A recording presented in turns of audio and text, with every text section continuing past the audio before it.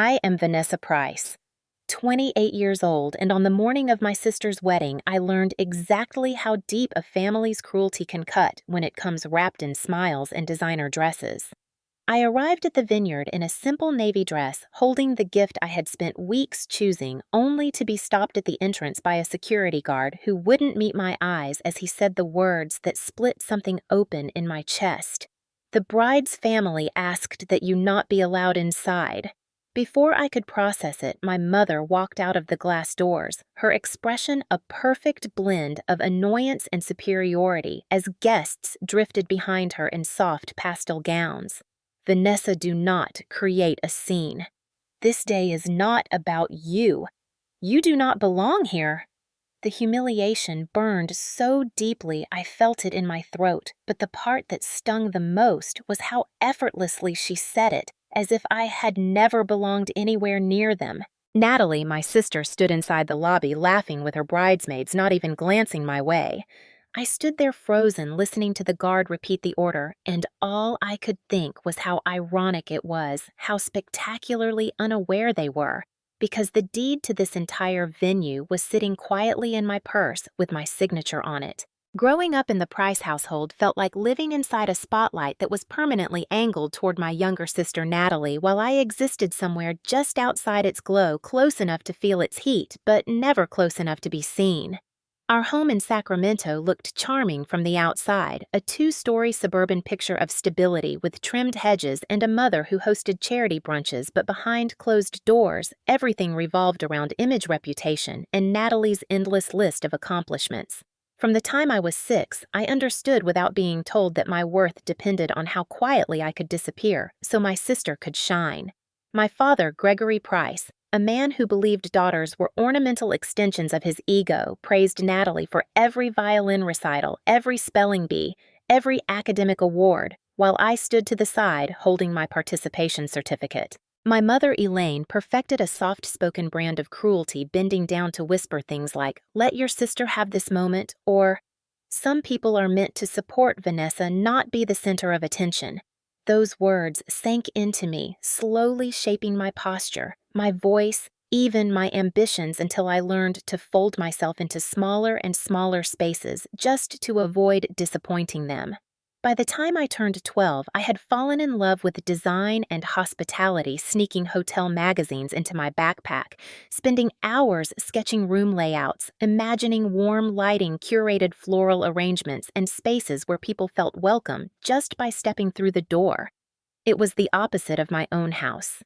I dreamed of creating environments where no one ever felt like they didn't belong. But when my father found my sketchbook, he flipped through the pages with a look that mixed amusement and disgust. Hospitality. This is not a real career. You are too smart to waste your life arranging flowers and tablecloths. Natalie will go to law school. You need to choose something appropriate, something respectable. My mother nodded beside him like a decorative statue programmed to echo his opinions. I remember sitting on the edge of my bed that night, letting their voices sink into me, wondering why the things that made my heart beat felt so worthless to them. Throughout high school, Natalie remained the golden child, the girl whose achievements were paraded at dinner parties, while my own victories were met with lukewarm smiles or gentle reminders not to get ahead of myself. Even when I graduated with honors, my father congratulated me by saying, "It is good you are trying, Vanessa. Effort counts." It was less a compliment and more a subtle reminder that no matter how well I did, I would never quite measure up. When senior year came and college applications became the center of every conversation, the pressure intensified. My parents pushed Harvard-Yale pre-law tracks, anything that aligned with their polished social ambitions. But in secret, I sent applications to programs in hospitality, property management, and event design. When the acceptance letter arrived from a top-ranked university offering me a partial scholarship, I held it to my chest like a life raft. For the first time, I felt a doorway opening to a world where I could build something of my own, where my existence didn't need permission. But when I showed my parents the temperature in the room, dropped so sharply I felt it in my bones. My father stared at the letter as if it were an insult. "This is not the path for a Price. It is a path for me," I said, surprising myself as the words came out steady instead of trembling. His expression hardened, and within 30 seconds, he delivered the ultimatum that would redefine my entire life. Study what we approve or pay for everything yourself. My mother stood silently behind him, arms folded, watching to see whether I would bend or break. That night, I realized I had been breaking for years. So the next morning, I chose myself for the first time. I packed a single suitcase, took the scholarship, picked up 3 part-time jobs, and walked out of the Price House with no promise of return. I didn't know then that choosing freedom would cost me my family, but it would eventually give me a life far bigger than the one they tried to script for me. Leaving home at 18 felt like stepping off a cliff without knowing whether there was ground beneath me, but the alternative was staying in a house where every breath felt monitored and every dream dismissed before it even had the chance to form. When I arrived at the university with a single suitcase, 2 pairs of shoes, and enough savings to barely last a month, I told myself struggle was temporary, while regret was forever. I worked the front desk at a budget hotel during graveyard shifts, wiped down tables at a 24-hour diner, and tutored freshmen in basic writing skills, often rushing between jobs on 3 hours of sleep. But the exhaustion never compared to the relief of finally belonging somewhere, even if it was only in the quiet corners of classrooms where professors encouraged creativity instead of smothering it. For the first time, my ideas weren't treated like foolish distractions. They were seen as potential. I threw myself into coursework with a determination I didn't know I had, designing fictional venues for assignments, studying the psychology of guest experience, and volunteering at event expos just to be near the world I wanted to enter. But with every small success, a familiar ache hummed beneath the surface, a wound carved by years of being told I wasn't enough. That wound deepened the day my father called out of nowhere. I remember staring at the caller ID, half convinced I was hallucinating from lack of sleep. When I answered, his voice was clipped and cold, as if speaking to a stranger rather than his daughter. "We heard you switched majors. Hospitality management. Vanessa, what are you doing with your future?" He didn't even pause long enough to pretend he wanted to hear the answer. He lectured me about shame and image, about how Natalie had been accepted into a prestigious pre-law program, how proud they were of her discipline and clarity. Clarity. He said the word as if my dreams were delusions. When he finally stopped speaking, he waited for me to apologize, to bend, to shrink, as I had been taught my entire life. But something inside me had already changed. I said calmly, "Dad, my future is mine, not yours." The silence that followed felt like a door slamming shut. My mother called the next day, but not to comfort or understand. She called to say I was making things harder on myself than necessary, to remind me that Natalie needed support for her internship, and that we should all be focusing on her milestones. When I told her I couldn't keep choosing myself second, she sighed the way she always did when she wanted me to feel guilty. "Vanessa, please do not ruin your relationship with this family." But the truth was, the relationship had been cracking for years. I just hadn't admitted it. That phone call was the last time either of them reached out for months. Holidays passed quietly. Birthdays went unacknowledged. I walked past groups of students going home for Thanksgiving, knowing that no one back in Sacramento had saved a seat for me. That loneliness could have broken me, but instead it hardened my resolve. If I wanted a future where I mattered, I would have to build it with my own hands. During my sophomore year, I earned a mentorship opportunity at a high-end events company where I met Cynthia Morgan, a woman who saw through people the way others saw through glass. She noticed my careful attention to detail, the way I listened more than I spoke, and the way I treated every couple who walked through our doors like their celebration was the only one that mattered. One afternoon, as I restocked linens, she watched me for a long moment before saying something that would stay with me for years. "You have an instinct, Vanessa. Not everyone does. Design hospitality people. You understand the soul of it. No one in my family had ever spoken to me that way." Her belief felt like oxygen.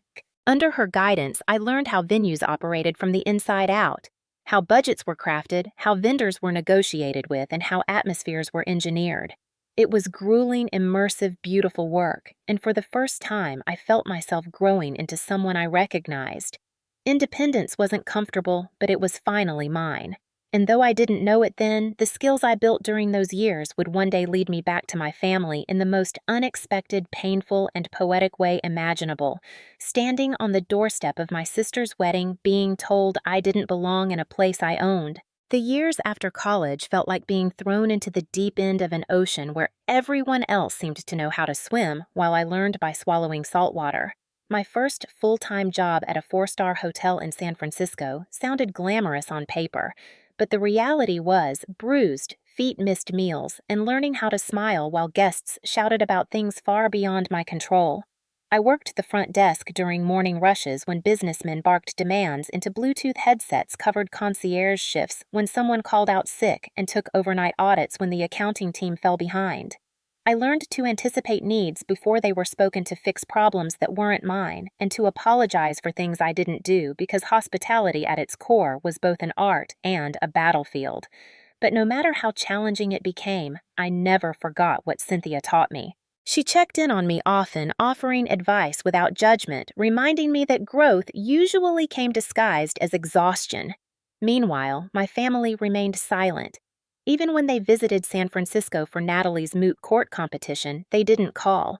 I only knew they were in town because my cousin posted a photo of the whole family smiling in front of the Golden Gate Bridge. They had driven within miles of my apartment and not thought of me once. That night, sitting alone at my kitchen table eating leftover soup, I realized just how invisible I was to them. The loneliness pressed into my ribs heavy and suffocating, but instead of collapsing under it, I made a decision I would build a life so solid, so meaningful, that whether they saw it or not would no longer determine its worth. My work ethic became relentless. I volunteered for the toughest events, the most demanding guests, and any task others avoided. I learned how to manage crises like the night the fire alarm malfunctioned minutes before a gala and I had to evacuate 200 guests without causing a panic. My manager pulled me aside afterward, his voice thick with shock. "I have never seen someone stay that calm under pressure. You have leadership in you." It was the first time anyone besides Cynthia had said those words to me. 6 months later, I was promoted to event coordinator, a role that demanded sharp intuition, iron nerves, and the ability to orchestrate perfection under impossible circumstances. I thrived in the chaos, finding purpose in creating beauty for others, even if my own life felt like an unfinished project. Still, there were moments that cracked me open. Like the night I watched a father give a toast at his daughter's wedding, his voice thick with pride as he said no accomplishment in his life compared to raising her. I stood near the floral arch clipboard in hand, smiling professionally, while something inside me quietly shattered. I wondered what it felt like to have a parent look at you with that kind of love. I wondered if Natalie appreciated how easily it came to her. As months passed, couples began specifically requesting me as their coordinator. Vendors trusted me. Managers relied on me. Slowly, the ache of not being enough for my family dulled into something manageable. But when Cynthia fell ill, everything shifted again. She called me into her office one late afternoon, her hands trembling slightly as she handed me a stack of documents. "Vanessa, there is a venue in Napa on the brink of foreclosure. It needs vision. It needs someone who understands people, not just business. It needs you." I stared at her, stunned. I was 25, barely keeping my own life together, and she was offering me a chance most people waited decades for. "I don't deserve this," I whispered. She shook her head. "You deserve far more than you were ever given. Take it. Build something that belongs to you." I didn't know it then, but accepting her offer would set in motion everything that followed, leading me to create a world my family would one day walk into blindly, not realizing the girl they pushed aside had grown into the woman who owned the ground beneath their feet. When I first drove out to the dilapidated vineyard in Napa Valley, the afternoon sun cast long shadows across the cracked stone pathways, illuminating years of neglect, peeling paint, and wilted vines that should have been lush with life. It looked nothing like the polished dream venues I had coordinated in San Francisco, yet something about the place pulled at me with the stubborn insistence of possibility. Cynthia sat beside me in the passenger seat, wrapped in a soft gray shawl to hide the weight she had lost during her treatments, her breathing steady but thinner than before. She stared out at the property with the eyes of someone who still believed in potential even when her own body was betraying her. "This is the one," she said softly, as if she were handing me a secret. It was almost impossible to imagine. The structure was sound, but everything else felt like a cautionary tale about ambition gone wrong. The former owners had poured money into aesthetics without understanding the business of weddings bankrupting themselves within 2 years. But beneath the dust and decay, I saw something that made my chest tighten, with a feeling I hadn't experienced since childhood, a vision forming in real time. A sprawling vineyard wedding venue that blended rustic charm with modern elegance, a place where families gathered under twinkling lights instead of harsh judgment, where laughter was encouraged rather than measured, where guests felt welcomed instead of evaluated. It was everything my childhood home wasn't. I turned to Cynthia, confusion warring with hope. "Why me?" She smiled, the corners of her eyes wrinkling in that warm way she reserved only for people she truly believed in. "Because you understand hospitality not as a job, but as a language. And this place needs someone who speaks with heart." Days after that visit, I officially began the process of obtaining the property. Investors laughed at me. Banks demanded documentation I didn't yet have, and one loan officer even suggested I come back when I had more experience, or at least a husband to co-sign. The sexism rolled off him like stale cologne, and I walked out determined to prove him wrong.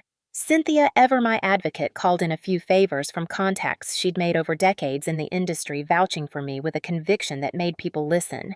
In the end, I pieced together funding from a small business loan, my modest savings, and the portion of inheritance Cynthia left me in her will after she passed just weeks later. Losing her felt like losing the only mother I had ever truly known. I remember standing in the center of the empty ballroom the morning after her funeral, sunlight spilling across the dusty floor as I whispered a promise to the air. "I will make you proud." And I did. For the next 18 months, I lived, breathed, and bled renovation. I learned to negotiate with contractors to stretch budgets without sacrificing beauty to design spaces that evoked emotion, not just admiration. I slept on a mattress in one of the unfinished rooms for months, waking up to the smell of sawdust and the sound of hammers. Some nights I cried quietly into my pillow from sheer exhaustion, but every morning I woke up with purpose. Slowly, the venue transformed from a forgotten skeleton into a breathtaking estate with sweeping vineyard views, warm wooden beams, soft gold uplighting, and a ceremony lawn overlooking rows of grapes that glowed like embers at sunset. When we hosted our first wedding, the bride cried when she stepped inside, whispering, "It feels like magic." Word spread quickly. Within 6 months, we were fully booked for an entire year. Within 12, we were named one of the top luxury wedding venues in Northern California. I should have felt triumphant, and I did in a way. But late at night, after the last guest had gone home, I sometimes stood alone beneath the fairy lights and wondered why success still felt like something I had to whisper rather than celebrate. It wasn't until years later, when my family walked through the doors of the very venue they once told me I wasn't worthy of, that I would finally understand the answer. Success didn't arrive like a sudden explosion. It crept in quietly, building momentum, one satisfied couple, one glowing review, one tearful father of the bride speech at a time. Until the venue I had rebuilt with my own blistered hands became a name people whispered with excitement. Within 2 years, I expanded to hosting corporate retreats, charity galas, and high-end private events, each one cementing our reputation as a place where moments were crafted with soul, not just strategy. I reinvested every dollar back into the estate, buying additional acreage, adding a second ceremony site surrounded by lavender fields, and converting the old barn into a rustic meets modern reception hall that became our signature space. Every new addition felt like carving another piece of myself into the land. By the time I turned 28, I had what people called an empire, though it never felt like one to me. It felt like home, the first I had ever built with intention instead of duty. My staff became my family, a mix of misfits and dreamers who understood that hospitality wasn't servitude, but connection.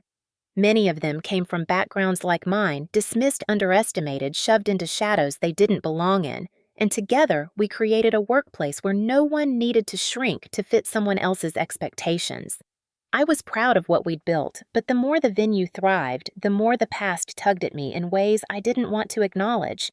Every time I saw a mother helping her daughter adjust her veil, I felt that old familiar ache, thin as paper, but sharp enough to draw blood. Every time a father toasted his daughter with pride bursting from his voice, something inside me tightened. I told myself it didn't matter. I told myself family didn't define worth. I repeated those mantras every day. And then, one morning, the past arrived in my inbox dressed as a simple email with a subject line that knocked the breath out of me. Wedding inquiry, Natalie Harper and Andrew Collins, my sister, the golden child, the girl who had been clothed in praise since birth while I was dressed in invisibility. I opened the email with trembling hands. Natalie Harper, age 24, planning a spring wedding, requesting a site tour and availability quote. Attached a photo of her and her fiancé under soft sunset light, smiling with that effortless confidence people have when they've never been told they're not enough. At first, I felt nothing but disbelief, then amusement, then something darker, an echo of every moment I had been pushed aside so she could shine. They didn't know this was my venue. They didn't know I owned the very ground they wanted to celebrate on. And when they arrived for the initial tour, they still didn't know. I stood behind the tinted glass of the office windows, watching them walk across the lavender path. My mother wore her signature ivory coat and the expression she reserved for places that needed her approval. My father walked with the same self-assured stride he used when lecturing me. Natalie, glowing and beautiful, pointed excitedly at details she liked, completely unaware that the entire scene existed because of the daughter they had dismissed. When my assistant greeted them and asked how they'd heard about us, my mother answered with a tone of mild superiority. "Oh, this venue is very popular in our social circle. We thought it might be acceptable for Natalie." Acceptable. A word I'd heard my entire childhood always dangled just out of reach. And then my father said the sentence that sealed everything that would come next. "We just hope the staff understands how important this event is. We don't want any unnecessary complications." The staff. Not realizing that the girl they pushed away was the woman who now held the power to define their experience. For a brief moment, bitterness rose in me like bile, but beneath it, something steadier formed. Not revenge truth. Justice. A chance to reclaim my story. I wasn't going to hurt them. I wasn't going to sabotage Natalie's happiness. But for the first time in my life, I was going to let them see me, and I had no idea just how catastrophic the truth would feel to the people who had spent years pretending I didn't exist. The weeks leading up to the wedding tour should have felt like any other client preparation, but instead, they pulsed with an eerie stillness, like the air right before thunder splits the sky. My team had no idea the Harpers were my family. I didn't tell them not because I wanted secrecy, but because I needed to move with clarity, not emotion. I prepared the venue exactly as I always did, with intention, with precision, with heart. Still, every task carried a new weight. Selecting the floral arrangements reminded me of being 12 and watching Natalie choose the prettier bouquet while my mother whispered, "Don't make a scene, Vanessa." Setting the table layouts brought back memories of family dinners where I was seated at the far end of the table, meant to be present, but never part of the conversation. Every corner of the venue held echoes of the life I had built from those very wounds. The morning of the tour, I arrived before sunrise, walking the grounds barefoot to feel the cold dew soak into my skin. It grounded me, reminded me that no matter what happened, this place, this success was real. Mine. When their car finally pulled up to the front courtyard, I watched from the shadows of the pergola as my parents stepped out first, dressed as if they were attending a press conference rather than a simple tour. My mother's lips tightened the moment she noticed a leaf on the ground, and my father's gaze scanned the property with the casual arrogance of someone who believed excellence was his baseline expectation. Natalie emerged last, glowing in a soft blush dress, her engagement ring catching the sunlight like a tiny star. She looked happy, genuinely happy, and for a moment my anger softened. I didn't want to ruin her joy. I never had, but I also wasn't going to let myself be erased in the process. My assistant, unaware of the tangled history, approached them with warm professionalism. Welcome to Rose Haven Estate. My name is Lily. I'll be giving you the initial tour today. My mother smiled politely, then immediately shifted into critique mode. The grounds look lovely, though I would recommend refreshing the entrance landscaping before spring. And the signage could be improved. It feels a bit understated. Lily nodded without judgment, jotting down notes as if the comments mattered. I watched her handle my mother with grace I envied. Inside the main hall, my father paused to run his fingers across the smooth oak railing. "Decent craftsmanship," he muttered. "Though I hope your staff understands the level of guests we'll be bringing. I don't tolerate incompetence." Irony flickered like a candle flame in my chest. Natalie, to her credit, seemed embarrassed. "Dad, can we just enjoy the tour?" Natalie's voice was soft but strained. She was still the peacemaker, still caught between maintaining harmony and upholding truth. As they continued walking, I shadowed them discreetly through the security cameras and the narrow hallways that kept staff out of sight.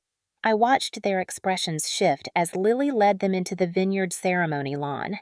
The view never failed to stun first-time visitors, golden rows of vines stretching toward the horizon framed by soft hills and a sky that looked like brushed silk. My mother's breath hitched. Oh, well, this is lovely, for her lovely bordered on emotional. They were falling in love with a place they didn't know I had created, a place I had built from the ashes of the life they ignored. But the peace didn't last. It shattered the moment my father asked, "So who owns this place? We would prefer to work directly with management rather than go through layers of staff." Lily, always poised, answered with a smile. "The owner oversees everything personally, though she prefers staying behind the scenes unless needed." She... My mother's eyebrow arched.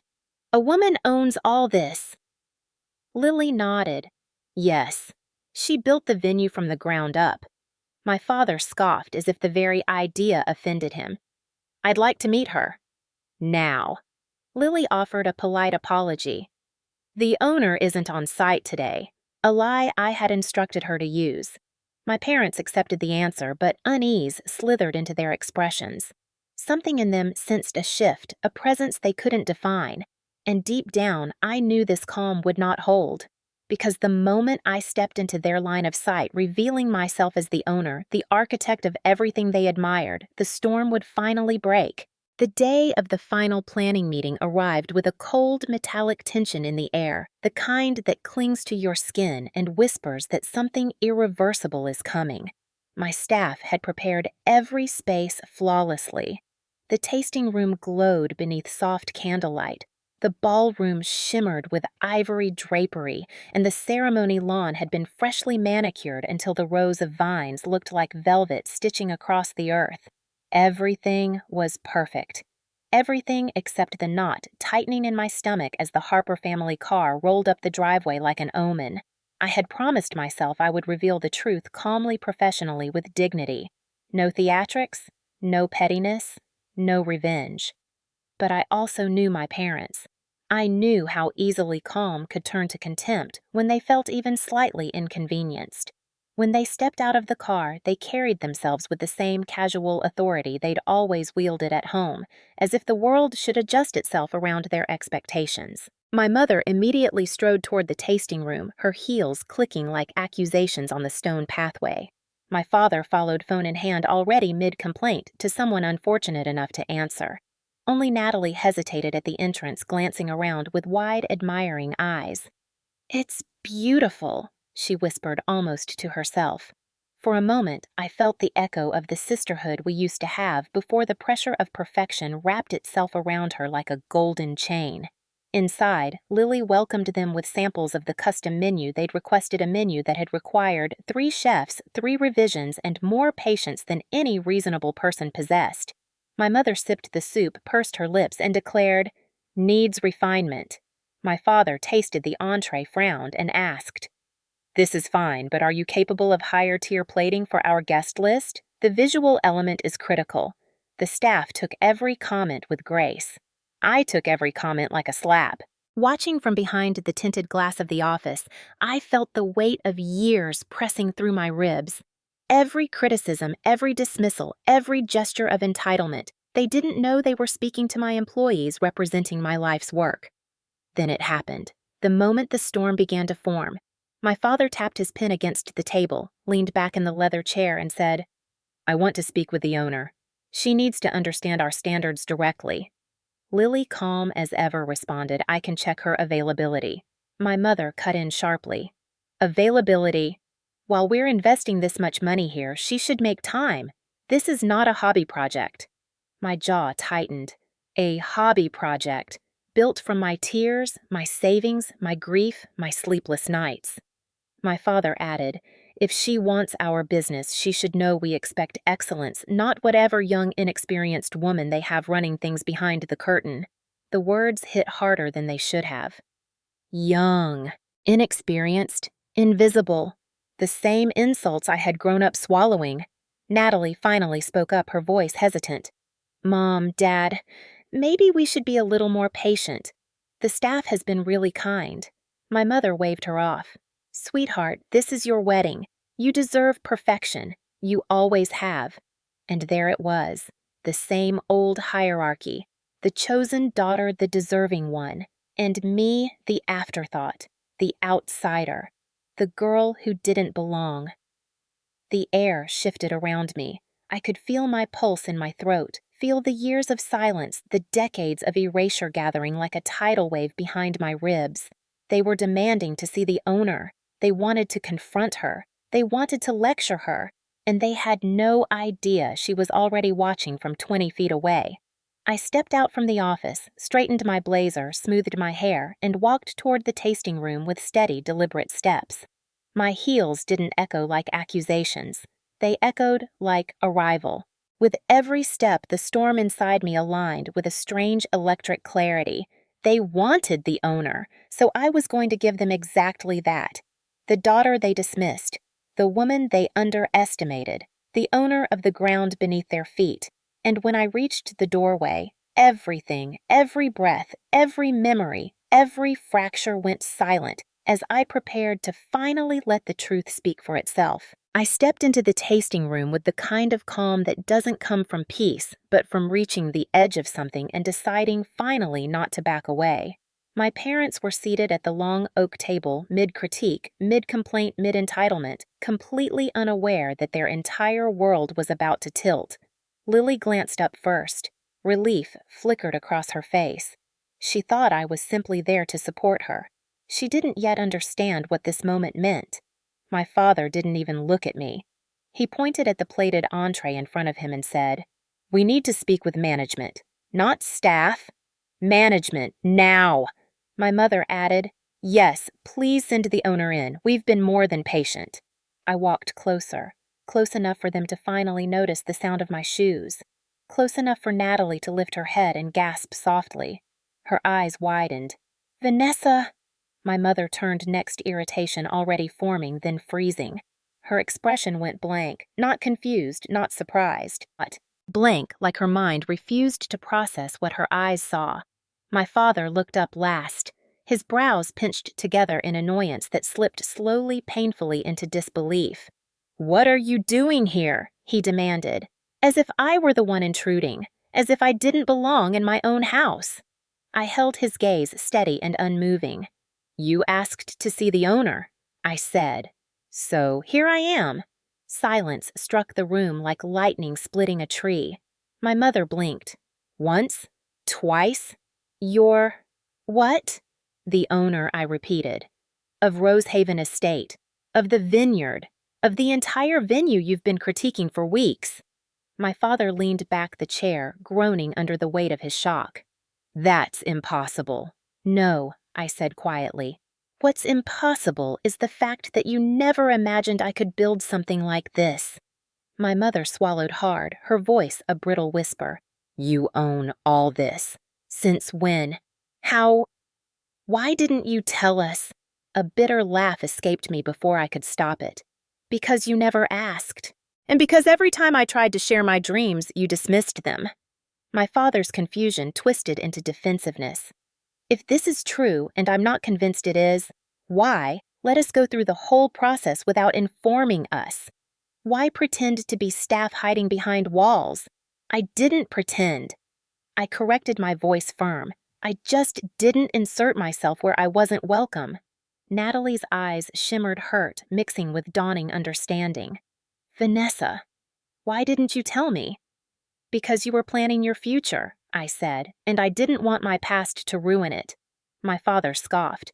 This is ridiculous. You expect us to believe you built a multi-million-dollar venue on your own with what resources? The insult hit like an old bruise being struck again. But I didn't flinch. With hard work, with sacrifice, with mentors who believed in me when my own family didn't. I renovated every building. I negotiated every contract. I made every decision you've been complaining about. My mother's face flushed with something between shame and panic. We didn't know, she whispered. How could we have known? You could have known if you cared, I said. If you'd asked about my life even once without comparing me to Natalie. Natalie reached for my hand, voice trembling.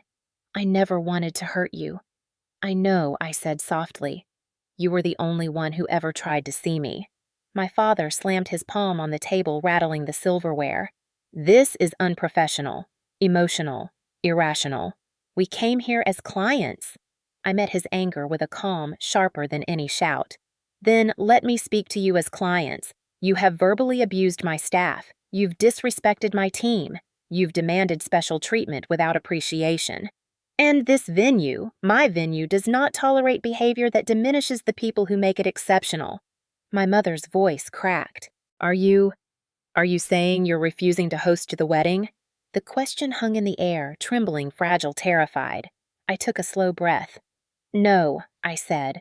I'm saying the wedding can proceed if you agree to treat my staff with respect, if you agree to follow the same guidelines as every other client, and if you understand that the daughter you dismissed is the woman making your daughter's happiness possible. Natalie burst into tears. My father stared at me like he didn't recognize the person standing before him. The truth was simple. He didn't. He had never tried to, and as the weight of the reveal settled onto their shoulders, I saw it clearly. Shock, disbelief, and beneath it all, the first flicker of something they had never allowed themselves to feel toward me. Recognition. The storm had broken, but the reckoning was just beginning. The reveal didn't end with silence. It ended with something far more devastating, the slow, unavoidable collapse of the world my parents had built around themselves, a world where I was small, forgettable, dismissible. My father opened his mouth again, but this time his voice wavered, the authority he always carried, suddenly stripped bare. So what? You expect us to grovel? He asked.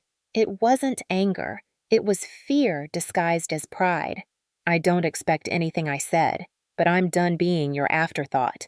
My mother pressed a trembling hand against her chest. Vanessa, sweetheart, we only wanted what was best. I cut her off gently but firmly. No, you wanted what made sense to you, what made you comfortable. You wanted Natalie's success to shine because it fit your vision, and you wanted mine to shrink because it didn't. Natalie cried harder, her fingers curled around the edge of the table as if steadying herself. Mom, Dad, she built all this, and we never supported her, not once. My father's jaw clenched. We put a roof over her head and removed the floor beneath my feet, I replied. His stare fractured then, just slightly like glass beginning to split under pressure. My mother reached toward me across the table as if the gesture alone could erase decades. We didn't know you were suffering, she said. You never told us. I swallowed the bitterness rising in my throat. I did tell you. Maybe not with perfect words, but I told you every time I asked you to come to a school event and you didn't. Every time I tried to explain my career dreams and you rolled your eyes. Every time I looked at you hoping, just hoping, you might see me. My father finally seemed shaken enough to lose his footing. So what now? Now, I said. You decide how you want to proceed as clients or as a family willing to try again. The silence that followed wasn't peaceful. It was raw, stripped of its armor. And then slowly the consequences began to unfold. The first consequence hit my father. His face turned pale, pride wobbling. For a man who had always held control, discovering he had none. Here in my world shattered something fundamental. I didn't realize, he muttered, voice nearly cracking, that you were capable of this. There it was. The confession he never meant to make. He had never believed in me. The second consequence struck my mother. Shame washed over her expression like a stain spreading through fabric. All these years, she whispered, I thought you were lost. I wasn't lost, I said. I was carving my own path, alone. The third consequence hit Natalie. She cried openly now, her mascara streaking. I'm sorry, she said. I let them push you aside. I thought you were okay. You never said. Because it wasn't your job to fix it, I replied. You were a child too. The moment finally broke her. She rushed around the table and hugged me, sobbing against my shoulder. For the first time in years, I let her. Behind her, my parents watched the embrace as if witnessing something sacred they had forgotten how to be part of. But the reckoning wasn't over. It shifted the moment my father straightened and attempted to reclaim even a sliver of authority. This is all very emotional, he said, but we have a wedding to finalize. Can we move past this and get back to business? The words landed like a slap. Even now, after everything he wanted to skip the consequences. Bury the impact. Resume convenience. I shook my head slowly. No, I said. You don't get to skip this part. Not anymore. My mother's voice cracked. What do you want from us? I looked at them both not as the forgotten daughter, not as the hurt child, but as the woman who had rebuilt herself from the ground up. Accountability, I said. Respect. And if you ever want a relationship with me again, effort. My father inhaled sharply as if the word itself were foreign. And that was when it finally happened, the collapse. The illusion of control, the hierarchy, the favoritism, it all crumbled in front of them. They weren't the powerful ones anymore. I was.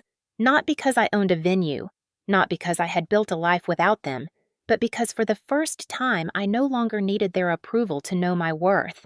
And that truth hit them harder than anything I could have ever said aloud. The morning of Natalie's wedding arrived wrapped in soft gold sunlight, but beneath the beauty, the tension was thick enough to taste.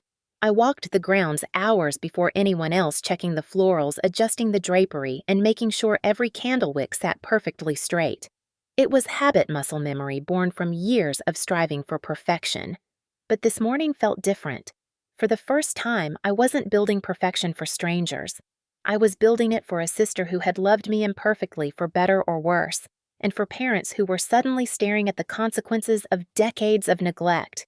The guests began arriving in waves. Silk dresses, polished shoes, practiced smiles. They gasped at the vineyard views, complimented the decor, and spoke in hushed tones about the elegance of the venue. None of them knew the storm brewing beneath the surface. Inside the bridal suite, Natalie stood in front of the mirror in her lace gown, trembling slightly as I adjusted her veil. You look beautiful, I whispered. She swallowed hard. Are you sure you want to stay? After everything. Natalie, I said gently, this day is yours, not theirs. I won't let their mistakes ruin what you deserve. Tears gathered in her eyes. I'm so sorry for how they treated you. I never saw it clearly until now. Because you weren't meant to, I said. They protected you from the truth. And they hid me from it. She leaned her forehead against mine for a moment, two sisters trying to mend something that should never have been broken. When I stepped out into the hallway, I found my mother waiting. She looked smaller than I'd ever seen her, dressed beautifully, but burdened by a weight that didn't come from the gown. Vanessa, she began, voice trembling. May we talk?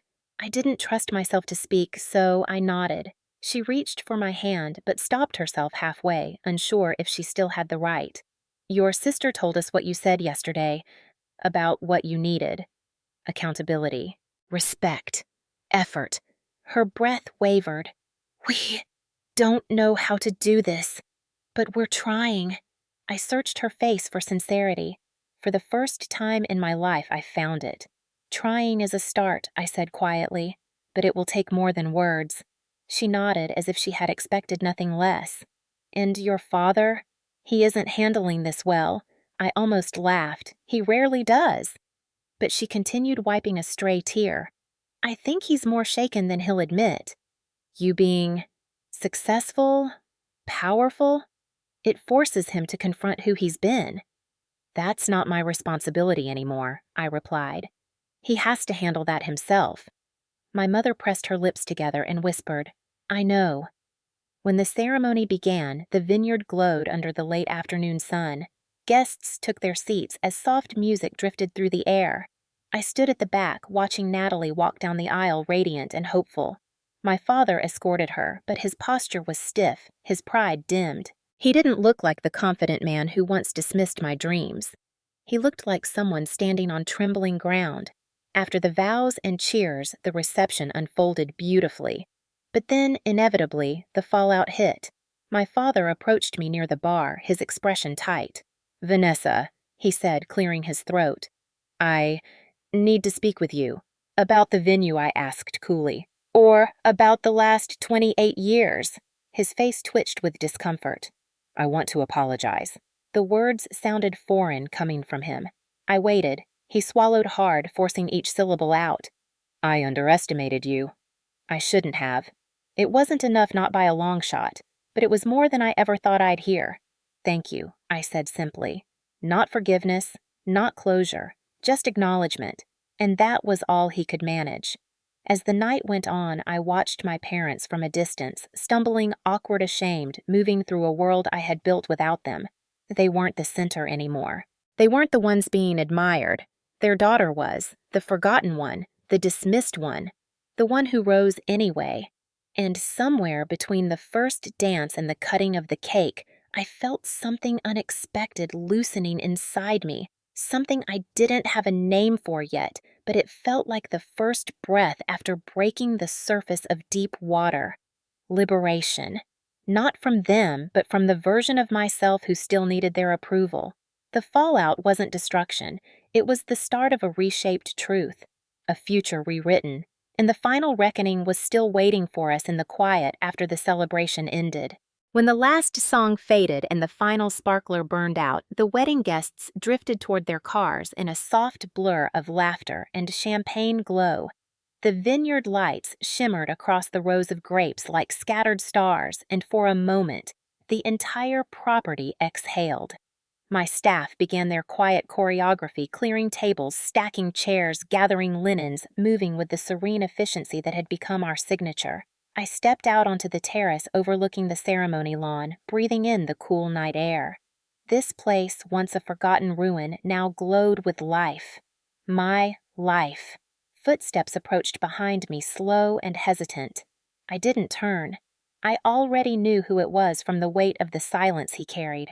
My father stopped beside me, his posture stiff, his gaze fixed on the glowing vines rather than on me. For a long moment, neither of us spoke.